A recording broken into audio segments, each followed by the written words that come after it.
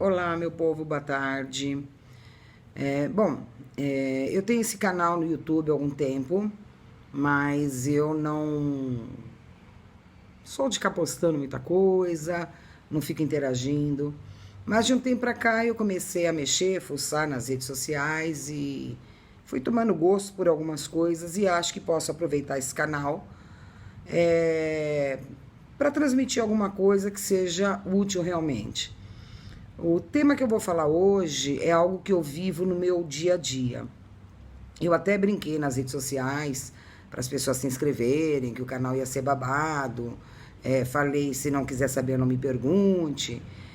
Mas, enfim, é algo sobre isso sim.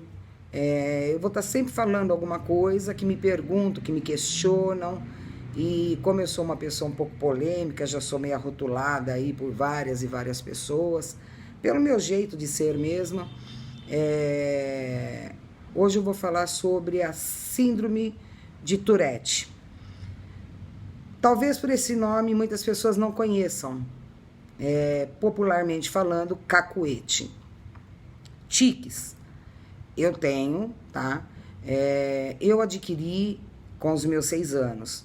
E geralmente, esses tiques, eles vêm até os seus 18 anos, mais ou menos. Estudos dizem que na maioria das pessoas com a síndrome são homens, mas afetam mulheres também. Os estudos são claros quando dizem que não tem cura, mas também eles não são absolutos para falar sobre as causas e tratamentos, enfim. Quando eu comecei com esses tiques, eu tinha 6 anos, e isso já tem aí pelo menos uns 50 e poucos anos atrás. Era uma outra época e assustou toda a família, porque na família da minha bisavó, dos meus avós, dos meus pais, ninguém nunca teve esse tipo de tique, ou cacuete, vamos dizer assim. Eu fui a primeira da família a adquirir. Meus pais, na época, fizeram o que puderam, o que a medicina oferecia, que era fazer exames de eletroencefalograma, ir para psicólogo, psiquiatra, mas nada resolveu. Eu continuei fazendo os meus cacuetes, e aí veio a fase da escola, e que nós sabemos que as crianças em geral, são cruéis assim, e não por maldade, é porque faz parte daquele aprendizado, daquela etapa. E eu sofri muito no começo com isso, quando fui para a escola, porque eu não era bem aceita. Na minha época se falava, né, tiravam sarro, me imitavam, e isso afetava muito mais os meus pais do que a mim mesma, porque eu sempre fui meio assim, da pá virada, sabe? Eu sempre tentei resolver as coisas da minha forma. Mas os meus pais sofriam muito, porque eles ficavam ansiosos todo dia. Eu chegava da escola, como é que foi? E hoje? Teve algum problema? E os amiguinhos? Fez amiguinhos? E quando eu percebi que isso estava afetando demais eles, eu comecei a dizer, não, foi tudo bem, tudo tranquilo. Ah, você conseguiu fazer amigos no colégio? Fiz. E você tá em que turma? Ah, tô na turma tal. Mentira. Eu tinha que chegar na escola e todos os dias sofrer as consequências dos meus cacuetes, que são movimentos repetitivos involuntários. Você não tem como controlar. Eu até às vezes ficava na minha cabeça, não vou fazer, não vou fazer. Eu começava a contar 1, 2, 3 e até 20. No 20 eu já estava fazendo o cacuete. Mas aí eu comecei a resolver da minha forma. Para não levar o problema para os meus pais, eu comecei a resolver da minha forma. Eu comecei a tomar a liderança de algumas coisas. Então eu era a primeira a acabar a lição dentro da sala de aula. Aí a professora falava quem acabasse primeiro ia apagar a lousa, eu que ia apagar a lousa. Comecei a fazer alguns amigos e tomando essa liderança. Então, assim, ia fazer uma educação física, eu que escolhi o time. E algumas pessoas foram se aproximando, algumas crianças foram se aproximando e se adaptando, foram aceitando essa minha forma de ser. Outros não. Outros eu resolvia na pancada mesmo. Na minha época podia, né? Era assim que a gente se resolvia. E os anos foram passando e eu fui me adaptando cada vez mais. Cheguei na adolescência. Não tive maiores problemas na adolescência, porque, como eu falei aqui no começo, foram poucos amigos que eu adquiri no decorrer da minha vida toda. E esses amigos permanecem até hoje. Então, na adolescência, eu já tinha os meus amigos. Conheci o meu namorado, eu tinha 13 anos, ele tinha 17. Ele me aceitou muito bem. Namoramos durante 4 anos e ficamos casados mais 34. Foram 38 anos. Então, esse meu ex-marido hoje foi uma pessoa fundamental, assim, no apoio, sabe? Na segurança que eu tinha de poder estar nos lugares, frequentar, fazer faculdade, ir a festas, porque ele sempre estava ao meu lado. E às vezes eu questionava, eu falava assim, você não tem vergonha de estar comigo? E ele falava, eu nem vejo o que você faz, cacuete. Então isso fazia com que eu me sentisse muito importante. Enfim, eu tive contato com um casal recentemente, que o filho pequeno, deve estar com seus 6, 7 anos, começou a ter uns tiques. E essa mãe veio conversar comigo, falou, olha, o meu marido não está aceitando muito, ele fica dando bronca, ele fala que vai cortar o cabelo dele, e põe ele de castigo. E aí deu esse start, sabe? Eu falei, poxa, não é dessa forma. Eu não sei o quanto as pessoas pesquisam sobre isso, eu não sei o quanto é divulgado sobre isso. Eu sei aquilo que eu procuro ler, aquilo que eu estudo, eu estou sempre acompanhando para ver se existe algum tratamento atual, eficiente ou mais eficiente, para que nos dê uma qualidade de vida melhor. Quando eu digo qualidade de vida melhor, não é porque a pessoa que tem essa síndrome não consiga trabalhar, estudar, praticar esporte, namorar, casar, ter filhos. Existem alguns graus graves, sim. Esses graus graves dessa doença, eles têm alguns tratamentos que são feitos assim mais agressivos para ajudar. Então, por exemplo, alguns sintomas do tique, porque não é tudo que a pessoa faz que é a síndrome. Ela tem que ter esses movimentos repetitivos no mínimo 1 ano. Pode ser tanto motora como vocal. A motora são diversas, a pessoa que pisca muito, a pessoa que faz careta, a pessoa que contorce um braço, a pessoa que puxa uma perna, tem pessoas que batem palma. Gente, quando a gente fala, eu sei que tem pessoas que dão risada, mas é sério. A vocal pode ser desde uma tosse, um pigarro, falar várias vezes a mesma palavra, em casos graves até palavrões. Então assim, mas isso tudo tem que ter aí um prazo de no mínimo 1 ano, porque ela se confunde com algumas outras doenças também. Enfim, os tratamentos hoje,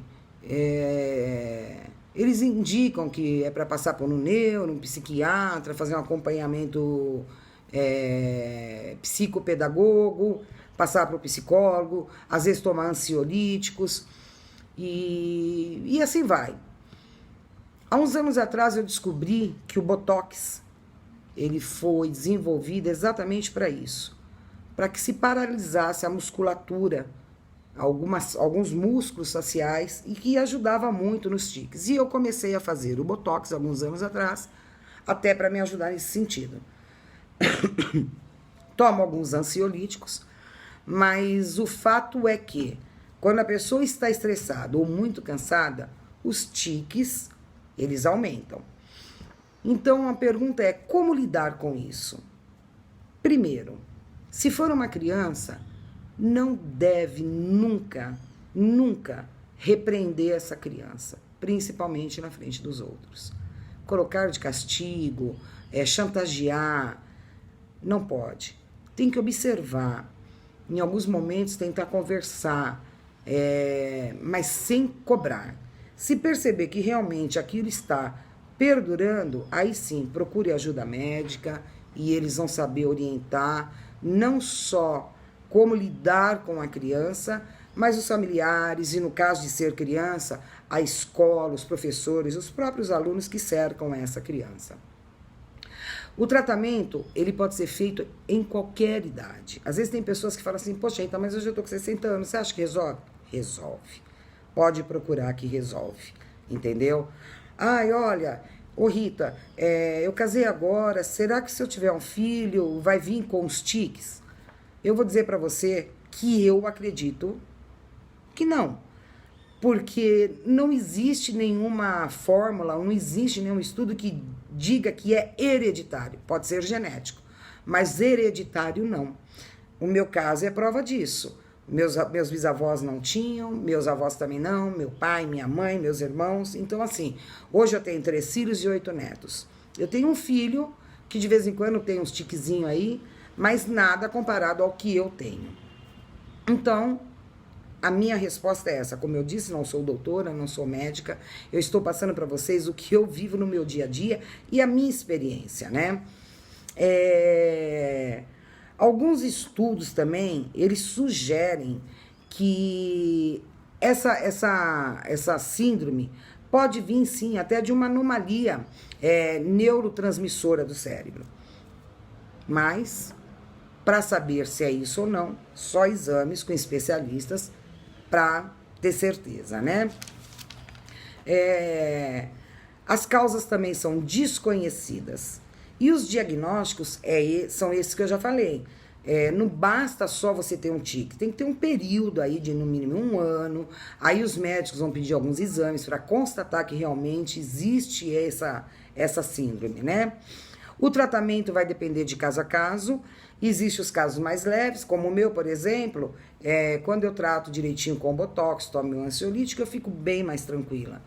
Do contrário, eles vêm pesado e que às vezes chega à noite e eu falo, nossa, tô com o maxilar até doendo. Mas aí vai depender de caso a caso e quem vai orientar é o próprio médico, né? Eu tinha feito algumas anotações aqui sobre algumas coisas que eu li recentemente e que eu acho até legal estar falando, né? A síndrome, geralmente, ela está associada a um grande prejuízo emocional de autoestima. Porque na minha época não existia a palavra bullying, mas eu sofri o bullying. A partir do momento que você chega num lugar e as pessoas ficam te olhando, dando risada, tirando sarro, te imitando, não deixa de ser bullying. Só que eu resolvia de uma forma, hoje se resolvem de outra. Então, esse prejuízo, às vezes, é irreparável. Tem pessoas que deixam de trabalhar, de namorar, de interagir, de sair, porque se sentem constrangidas. E isso não é culpa dela. Como eu disse, são movimentos involuntários. Ah, Rita, mas a culpa é de quem, então? A culpa é da maioria da sociedade que não é esclarecida. Algumas pessoas são maledicentes, sim. Algumas pessoas gostam de se beneficiar com a deficiência ou com o problema alheio. Eu mesmo passei por isso recentemente. Eu estava na festa aí de um dos meus netos e um amigo do meu filho, macaco velho já, não é nenhuma criancinha, começou a me filmar. Mas eu, no meu jeito lady de ser, na hora eu falei, ô fulano, tá me filmando por quê? Eu filmo todo mundo, tia. Eu falei, tia não, porque você já tem uns 40 anos, cara, e eu não tenho idade para ser sua tia. Então faz um favor, apaga e vai filmar o que realmente tem que ser filmado. Só que essa é a minha postura. Quantas milhões de pessoas não fazem isso? Quantas milhões de pessoas se retraem e acabam deixando de viver por conta daquilo que os outros vão pensar ou vão achar? Então, o mais importante para mim nisso tudo é tentar esclarecer as pessoas que a síndrome de Tourette é algo involuntário. Nós não queremos ter essa síndrome, mas nós temos. Então, nós temos que aprender a lidar com isso. E como lidar? É exatamente desta forma. Primeiro, você tem que se aceitar. Você tem que aceitar que você tem a síndrome. Segundo, aceitar ajuda. Terceiro, tentar estar amparado por pessoas que te entendam, pessoas que estão ali para te acolher, para te incentivar, para te apoiar. Porque quando vier uma pessoa desagradável, deselegante, ou uma pessoa ignorante, que tenta te desmoralizar ou te constranger, cara, isso vai ser tão pequeno, dentro daquilo que você já recebeu e das pessoas que estão na tua volta, que você vai tocar a tua vida normalmente e tranquilamente. O papel da família, dos amigos é muito importante, é fundamental. Já passei por situações também onde eu cheguei nos lugares e um cutuca o outro, não fala nada, ela tem essas cacuetes, ela faz esse tipo, mas nem pergunta o que é. Tá errado, tem que perguntar. Se a pessoa chegar e falar, escuta, por que você faz isso? Quem tem a síndrome tem a obrigação de saber o porquê tem, ou como adquiriu, ou qual é o tratamento, qual o diagnóstico, para poder esclarecer. Eu já fiz isso diversas vezes. Porque não adianta as pessoas falarem isso, aí chega uma criança do nada na frente de todo mundo e fala, tia, por que você faz tanto careta? E aí, você faz o quê?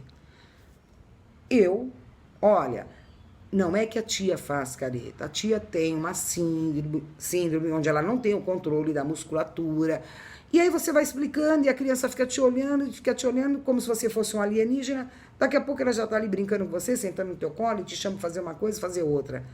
Você esclareceu. E eu garanto que essa criança, quando chegar numa escola, se tiver um amiguinho que tem a síndrome, ela vai lembrar e vai falar, minha tia também tem. Então, eu acho que o importante, fundamental é isso. É esclarecer. As pessoas saberem como lidar, como gerir isso. Não existe um manual. Nem todas as pessoas são iguais. Nem todas as pessoas vão agir e reagir como eu fiz.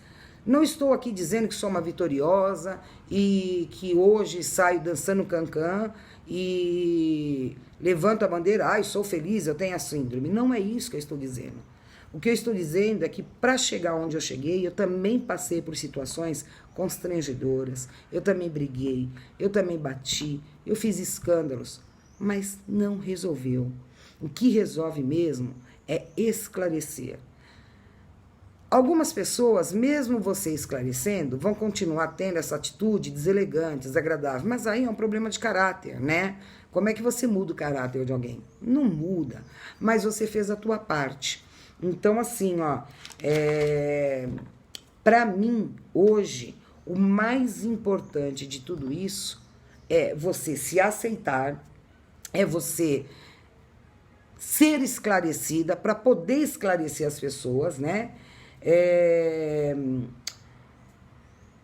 Poder orientar de alguma forma que isso é involuntário, que é uma síndrome. Essa síndrome, ela foi escrita pela primeira vez em 1885 por um médico chamado Gilles de la Tourette. Por isso o nome de síndrome de Tourette, porque o sobrenome do médico é Tourette, síndrome de Tourette. Uns falam Tourette, outros falam Tourette, mas eu ouvi diversas vezes e a pronúncia é síndrome de Tourette. Enfim, se em 1885 já existia isso, e de lá para cá as pessoas ainda não conseguiram se conscientizar, não conseguiram ainda ter o bom senso de saber lidar com as diferenças, porque eu estou falando aqui de algo que eu vivo no meu dia a dia. Mas existem tantas outras doenças e síndromes e pessoas aí com algumas deformidades que também sofrem o que eu já sofri e que tantas outras pessoas estão sofrendo hoje. Eu sou uma pessoa bem polêmica, porque eu levanto a bandeira assim. Se eu estou em algum lugar e vejo que está acontecendo alguma coisa nesse sentido, eu já logo me meto, eu já logo quero falar. Enfim, hoje era isso, sabe, gente, que eu tinha para passar para vocês. Eu tenho poucos amigos, mas eu tenho muitos conhecidos. E as pessoas que vão assistir sabem que eu não estou aqui sendo demagoga, eu não estou aqui falando algo que eu não sou ou que eu não vivo, né? É muito importante, sim, a própria família, quando detectar na criança, observar, esclarecer, preparar essa criança para o mundo, conversar na escola, conversar com os pais dos amiguinhos, os próprios profissionais que vão tratar, vão orientar de uma forma com muito mais sabedoria do que eu estou dizendo hoje. Hoje eu digo, na palavra assim, na forma mais popular, porque eu não sou doutorada no assunto, né? A minha preocupação é em não permitir que as pessoas sejam ridicularizadas por conta de algo que ela não tem o controle. Muitos falam, ah, você é doida, vai no psiquiatra que isso resolve. Não resolve. Eu já fui, eu frequento psiquiatra. Não só pelos meus cacuetes, eu frequento por N motivos. Primeiro, para me equilibrar, para eu estar de bem comigo mesma. Mas não é o psiquiatra que vai resolver o meu problema. Mesmo porque, como eu disse, não tem cura. O que tem é um tratamento que ameniza, que te dá uma qualidade de vida melhor, né? Uma outra coisa que eu estava lendo aqui é que as pessoas, às vezes, se pegam generalizando. Então, tome muito cuidado. Não é porque teu filho, às vezes, está com o cabelo comprido e chacoalha o cabelo toda hora para tirar do olho. Pô, meu filho está com tique. Calma, não é assim. Tudo tem um período, tudo tem um tempo. É questão de bom senso, de observar. E se você lida com um adulto que tem os tiques e você nunca comentou, você finge que não vê, ou vê que alguém está ali ridicularizando, constrangendo, tome a iniciativa, sabe? Tenta amenizar esse momento, tenta de alguma forma acolher essa pessoa, levar isso para um lado mais leve. Gente, 1% da população tem a síndrome. Então significa que é muita gente. Existe um setor no Hospital das Clínicas que trata dessa síndrome, né? Aí fala, Rita, mas não é todo mundo que tem o recurso de fazer isso, fazer aquilo. Eu sei disso. Mas o SUS também dá o recurso. O SUS, ele tem, sim, bons psiquiatras, tem neurologistas, tem pedagogos, tem psicólogos. Então, assim, de alguma forma, a pessoa vai estar amparada. Pode demorar um pouco para ser atendido, pode demorar um pouco mais para surtir um efeito, mas se você não procurar e não fizer nada, vão se passar 5, 10, 15, 20 anos e você está ali cada vez pior. Se tivesse procurado há 15 anos atrás, talvez hoje você estivesse aí com um controle melhor, né? Então é isso, gente. Para finalizar, eu quero reforçar que a falta de informação é a maior arma que um ser humano tem contra o outro. Porque quando você não tem a informação, quando você não procura saber, ou quando você ouviu dizer, você não sabe nada. E aí vem o julgamento errado, aí vem as ditas brincadeiras, que para quem está fazendo é uma brincadeira, mas para quem está recebendo é uma agressão, né? Eu sou portadora da síndrome de Tourette, ou Tourette, e hoje eu aprendi a conviver com isso. Hoje eu faço tudo que eu tenho vontade de fazer, eu vou aonde eu quero ir, eu interajo com quem eu quero interagir. Antigamente, há muitos anos atrás, não me viam em fotos. Filmagem, então, nossa, nem pensar. Eu já passei por situações assim, ó, de casamento, de ser madrinha do casamento e baterem foto e terem a coragem de colocar no álbum a foto onde eu estou fazendo um cacuete. Aquilo na época me chocou, sabe? Me deixou muito mal, porque eu pensei assim, poxa vida, né? Tantas fotos que são tiradas, não poderia ter escolhido uma que não me constrangesse? Uma que não ia passar de mão em mão? Mas enfim, eu agradeço, sabia? Eu agradeço a cada uma dessas pessoas que tiraram sarro, que menosprezaram, que me constrangiram, que falam pelas costas, que cutucam, que comentam entre si sem conhecimento de causa. Porque foram essas pessoas que me levaram a querer saber o porquê de eu ter essa síndrome. Porque eu pensava assim, o que eu fiz de errado? Os meus pais se culpavam, quando na verdade não existe culpa, gente. Entendeu? Não existe culpa. Então é isso. Eu acho que A pessoa esclarecida, ela tem muito mais a dar para a humanidade. Ela oferece para a humanidade aquilo que poucos tentam tirar. Então é isso. Hoje eu queria falar sobre a síndrome. Eu espero ter ajudado aí algumas pessoas.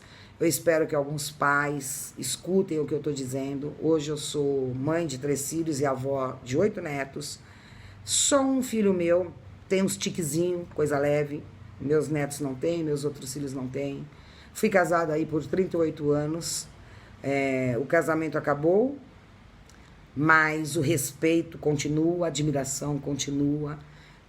Volto a dizer, ele foi uma pessoa fundamental nessa minha evolução, nesse meu crescimento como ser humano. Ele me acolheu de uma forma que hoje eu me sinto muito segura com relação aos meus cacuetes.